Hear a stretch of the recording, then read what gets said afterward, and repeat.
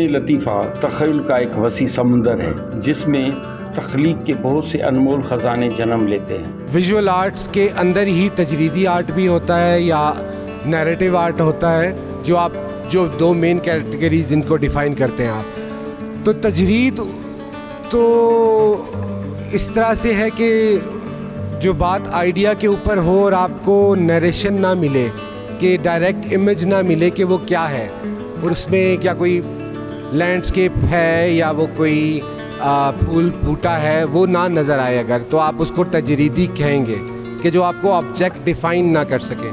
शोबा मुसव्वरी या पेंटिंग्स भी तख़य्युल के समुंदर का एक ख़जाना है। मुसव्वरी की तारीख़ सदियों पर मुश्तमिल है। ये हुनर बेज़बान को भी खूबसूरत ज़बान देता है। जो मेरी बेस है वो मिनिएचर पेंटिंग की है, पाकिस्तान की है। तो जो चीज़ें यहाँ पे हैं हमारे पास बहुत हैं, लेकिन और अच्छे रिसोर्सेज या वो हो सकती हैं। ज्योमेट्री से बहुत सारी चीज़ें निकली हैं, सारी की सारी। आपका आर्किटेक्चर जो है, इस्लामिक आर्किटेक्चर है, उसको बेस ही ज्योमेट्री है, लेकिन मैं उसी ज्योमेट्री को लेकर किसी और तरीके से देखता हूँ। वक्त के साथ साथ आर्ट ने भी तरक्की के मनाजिल तय किए हैं। डिजिटल आर्ट भी फ़न पेंटिंग्स का एक जदीद नमूना है। काम जो है वो बहुत डिफरेंट तरीके से हर तरह से होता है। पाकिस्तान में भी जो जदीद काम है, जिसको आप जदीद समझते हैं या मॉडर्न आर्ट कहते हैं, तो मॉडर्न आर्ट तो अब बहुत पुरानी बात कहलाई जाती है। अगर आप आर्ट हिस्टोरिकल में देखें तो मॉडर्न आर्ट तो बहुत पहले हुआ था।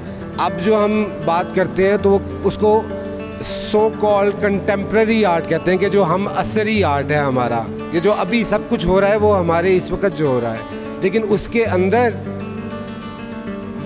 पोस्ट कॉन्सेप्चुअल आर्ट और पोस्ट मॉडर्न आर्ट और बहुत सी चीज़ें हैं। अब तो पोस्ट इंटरनेट आर्ट हो रहा है। तो अब तो हम बहुत ही हर वक्त, यानी कि ये नहीं डिफ़ाइन कर सकते कि सिर्फ ये कह दें कि ये जदीद है।